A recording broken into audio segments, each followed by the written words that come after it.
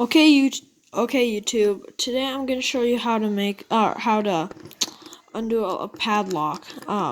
They had these at the middle school, so it'd be really useful to look up that and share it to your friends if they go to the middle school.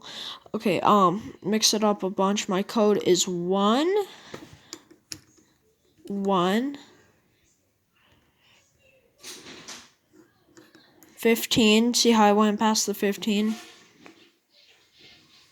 Then you do this. Go to the 20. See? Not that hard. Now you're in your locker to get whatever you need.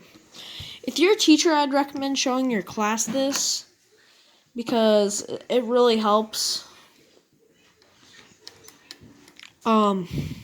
Yeah, but if you're a teacher, please show your students this and give them padlocks to undo it.